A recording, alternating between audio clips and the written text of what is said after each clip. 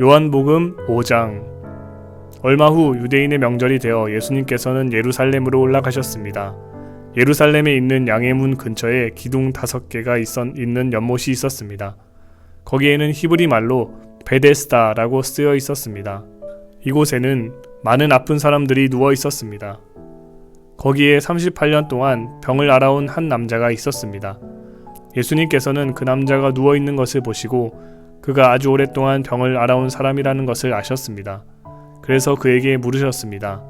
낫기를 원하시오? 병든 사람이 대답했습니다. 선생님, 물이 움직이기 시작할 때 제가 연못 안으로 들어갈 수 있게 도와주는 사람이 없습니다. 제가 물속으로 들어가려고 하면 다른 사람이 저보다 앞서서 물속으로 들어가곤 합니다. 그때 예수님께서 말씀하셨습니다. 일어나서 당신의 침상을 들고 걸어가시오. 그 즉시 그 남자는 병이 나았습니다. 그는 그의 침상을 들고 걸어가기 시작했습니다. 그런데 그날은 안식일이었습니다. 그래서 유대인들은 병이 나은 그 남자에게 이렇게 말했습니다. 오늘은 안식일이요. 안식일에 당신이 침상을 들고 가는 것은 율법을 어기는 일이요. 그러자 그 남자가 대답했습니다. 나를 고쳐주신 분이 나에게 침상을 들고 걸어가거라 하고 말씀하셨습니다. 당신에게 침상을 들고 걸어가라고 말한 사람이 도대체 누구요? 라고 유대인들이 다시 물었습니다. 그러나 병고침을 받은 사람은 어떤 사람이 자기를 고쳐주었는지 알 도리가 없었습니다.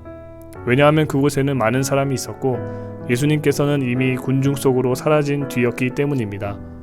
얼마 후 예수님께서는 성전뜰에서 그 남자를 만나 그에게 말씀하셨습니다. 보시오, 당신은 이제 다시 건강해졌으니 더 악한 일이 당신에게 닥치지 않게 다시는 죄를 짓지 마시오.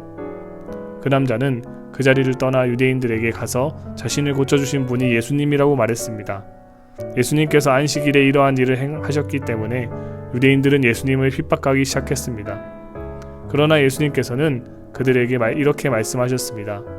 내 아버지께서 지금까지 항상 일하시니 나도 일한다. 이 말 때문에 유대인들은 더더욱 예수님을 죽이려고 안달하였습니다. 그것은 그분이 안식일을 범할 뿐만 아니라 하나님을 자기의 친아버지라고 불러 자기를 하나님과 동등하게 여기고 있기 때문이었습니다. 그러나 예수님께서 말씀하셨습니다. 내가 너희에게 진리를 말한다. 아들은 어느 것 하나도 혼자 할 수 없다. 아들은 다만 아버지께서 하시는 일을 보고서야 그것을 할 수 있을 따름이다. 그것은 아버지께서 무엇을 행하시든지 아들도 행하기 때문이다. 아버지께서는 아들을 사랑하셔서 그분이 하시는 모든 일들을 아들에게 보여주신다. 너희에게는 놀랄만한 일이겠지만 아버지께서는 이보다 더 큰 일들을 아들에게 보여주실 것이다. 아버지께서 죽은 사람을 부활시키며 그들에게 생명을 주시는 것처럼 아들도 자기가 원하는 자들에게 생명을 줄 것이다. 이뿐 아니라 아버지는 아무도 심판하지 않으시고 심판하는 모든 권한을 아들에게 맡기셨다. 하나님께서 이렇게 하시는 것은 모든 사람들이 아버지를 존경하듯이 아들도 존경하게 하기 위해서이다. 아들을 존경하지 않는 사람은 아들을 보내신 아버지도 존경하지 않는 것이다. 내가 너희에게 진리를 말한다. 누구든지 내 말을 듣고 나를 보내신 분을 믿는 사람은 영원한 생명을 얻었고 심판을 받지 않을 것이며 사망에서 생명으로 옮겨졌다. 내가 너희에게 진리를 말한다. 죽은 사람이 하나님의 아들의 음성을 들을 때가 올 것인데 그때가 바로 지금이다. 그 음성을 듣는 사람들은 살 것이다. 아버지 속에 생명이 있는 것처럼 아버지께서는 아들에게도 생명을 주어 그 속에 있게 하셨다. 또한 아들이 곧 인자이기 때문에 아버지께서는 아들에게 심판할 수 있는 권한을 주셨다. 이 말을 한다고 놀라지 마라. 무덤 속에 있는 모든 사람들이 아들의 음성을 들을 때가 올 것이다. 선한 일을 한 사람들은 생명을 얻기 위해 부활할 것이며 악한 일을 한 사람들은 심판을 받기 위해 부활할 것이다. 나는 혼자서는 아무것도 할 수 없다. 나는 내가 듣는 대로만 심판을 한다. 그래서 나의 심판은 의롭다. 나는 내가 하고 싶은 것을 하려 하지 않고 오직 나를 보내신 분이 원하시는 것을 하려고 애쓴다. 내가 나 자신에 대해서 증언한다면 사람들은 내 증거를 참된 증거로 받아들이지 않을 것이다. 그러나 나에 대하여 증언하는 다른 분이 계시니 나는 그분이 나에 대하여 증언하는 것이 옳다는 것을 안다. 너희가 요한에게 사람을 보냈고 요한은 너희에게 진실되게 증언하였다. 그렇다고 해서 내가 사람에게서 증언을 받는 것은 아니다. 내가 이런 말을 하는 것은 너희가 구원을 얻을 수 있도록 하기 위해서이다. 요한은 타오르면서 빛을 내는 등불이었다. 너희는 잠시 요한의 빛 가운데서 기뻐하기를 원했으나 내게는 요한의 증언보다 더 큰 증언이 있다. 아버지께서 나에게 하라고 주셨고 지금 내가 행하고 있는 일들이 아버지께서 나를 보내신 것을 증언한다. 나를 보내신 아버지께서 친히 나를 증언해 주셨다.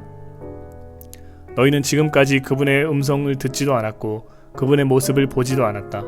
또한 너희는 아버지께서 보내신 사람을 믿지 않기 때문에 하나님의 말씀이 너희 속에 머물러 있지도 않는다.